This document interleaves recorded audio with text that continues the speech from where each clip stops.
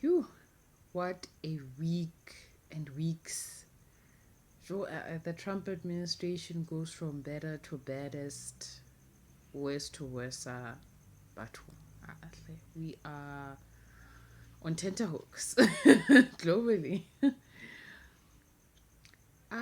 For me, something that I think is still poignant is whether or not Mr. Trump's supporters, his greatest supporters, those who own businesses and support him and perhaps are involved in the administration with him, do I think that such people are safe?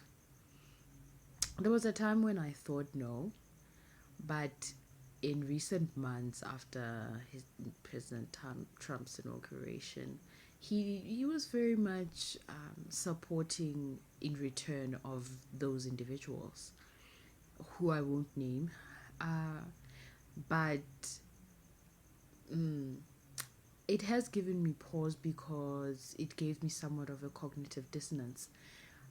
If somebody's business who is supporting you suffers, and all you have to say is that you like the guy or that you support the person's business, while they are continuing to suffer because of you, does that mean that ultimately the president of the US is attempting to protect his supporters, those with a little bit more power?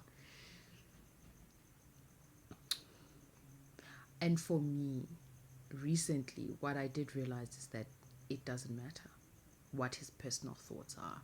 It's like being in a relationship with someone and you're hurting, or because of them, or they're hurting you directly, and all they have to say frequently is that, no, I do like you, I do like you. It gets to the point where you are taking the person's words above their actions and you're suffering. And really, life does have that first basis, which is about survival. I think that at such a state, or in such a state, a person needs to consider their own survival first. And I do think that Trump supporters, his greatest supporters, those who are business owners, do need to look into their own survival strategy and matrix to see, do they feel like they're safe.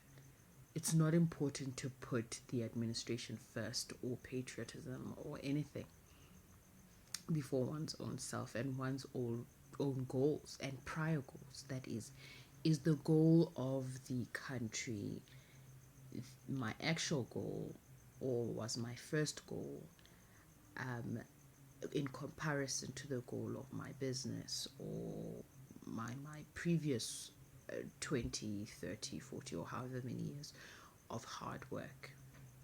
I think, if I can say it in another way, if a person such as Mr.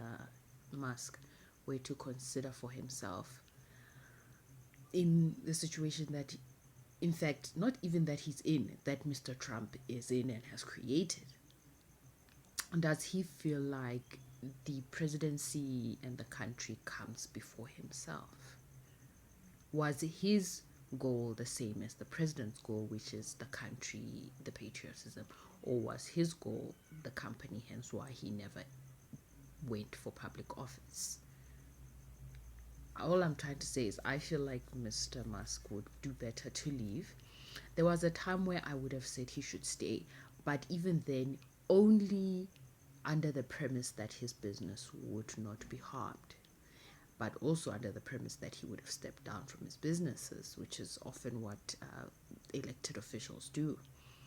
But in this case, the double entente, it, it's incredibly dangerous for his company and for himself. And I wonder often what his investors have to say, being people from multilateral countries. I don't know.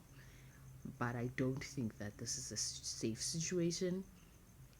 And I don't think it needs to be taken based upon patriotism.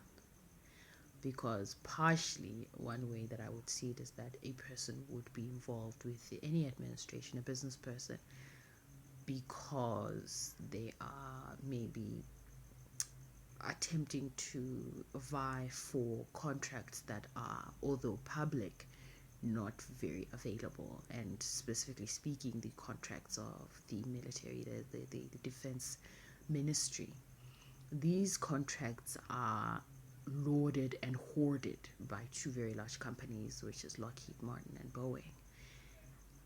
Not to say it is sinister, but simply to say, according to data from Wikipedia and other sources, SpaceX owns literally only 0.1% of the industry, that is the rocket industry. This is the premier company in that particular industry, mind you, and it owns 0.1% to 1%.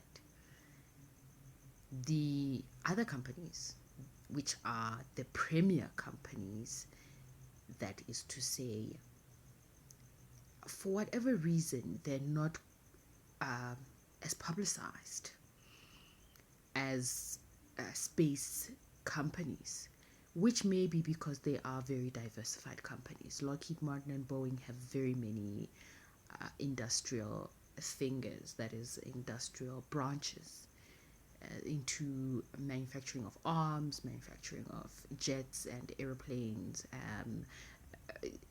that is software for defense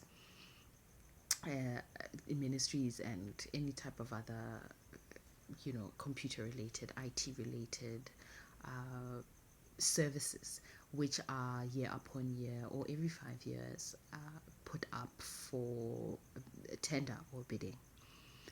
But these are the two largest companies. And when I say this, it is important to know that one of the largest contracts that SpaceX has ever had was $1 billion, which is a lot. However, both Lockheed Martin and Boeing have received intermittently between $24 billion and $28 billion in contracts for years. That is a stark contrast, and any person would be, would attempt to do anything to break into that contract, or maybe not anything. I don't know.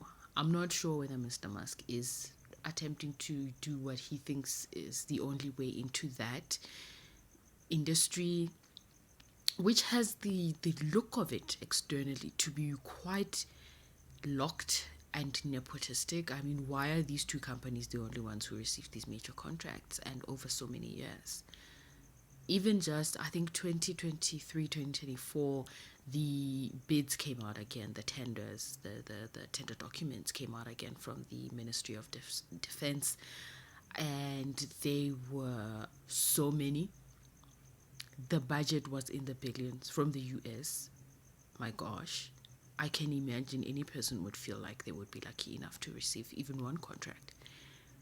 But perhaps they are still up for bidding even now, because it was described that it was a 5-year budget. But what I'm trying to say is, I respect this SpaceX CEO, and I haven't seen him to be evil, although there are questionable, adages to some of the things the individual has said over the past. What I can say is people do change. What one says one year is not the same the next year. It changes year upon year, and that's human even for myself and many others people. So I'm not going to hold any person to that, this individual to that, unless I ever meet him. What I can say is I would understand if somebody were to do, get into bed with a public or elected official in an attempt to vie for that, either by promising something or just by supporting the individual in an attempt to request that the bidding be a little bit looser. Secondly, I'm not really sure whether Mr. Musk is doing that or not. I don't know, because the reports do describe that Mr. Trump spoke with a number of high-level individuals, Fortune 500 CEOs, Jeff Bezos, Jensen Huang, Bill Gates, Mark Zuckerberg. So at the beginning and even before his tenure, the second one, So, do I put the blame for all of this on Mr. Musk? No. I recognize that Donald Trump is a person who was using or requesting badly or goodly the support of business people. I don't know whether this is a good thing. I don't know whether his intentions were good. I don't know if it was his intentions alone or some in the administration or in the whole party. I don't know. I don't know if I can hold him to it in the face of many other countries doing the same. Zimbabwe, notorious for its former president and its current president, is accused of similar behavior. Um, I don't know when somebody's fighting for survival of their nation if they can be held to such standards. I don't know if he's a good man or not. What I do see is convoluted and without clear delineation and clear direction. And I think once you get to that point, a person can get lost without ever having a way to return. And I don't think that Mr. Musk needs to risk his life or his business for that, unless, of course, this was the agreement between himself and Mr. Trump, in which case I would say, I understand. Needs must. I would have thought that he could at least try to find another way to break into that industry and to get those contracts. I think there are others methods, very creative methods that are necessary, but certainly I can think of at least one myself. It would require a lot of bravery, a lot of heart. It would be a great risk, but it would certainly not push one into fascism, pseudo-fascism, or anything of the likes of Kim Jong-un or socialist Russia or Putin or any such parallels. I wish him the best of luck, honestly. I find this to be quite a difficult situation for such a, I think, honest man. I too am waking up to the reality that we don't live in an honest world. That is to say, I knew it wasn't honest. I thought I could divert it and circumvent it. Maybe the world is stronger than I, or maybe I will discover my own strength and become more powerful than its people combined. I don't know. I wish him the best of luck. Peace to you. Good luck.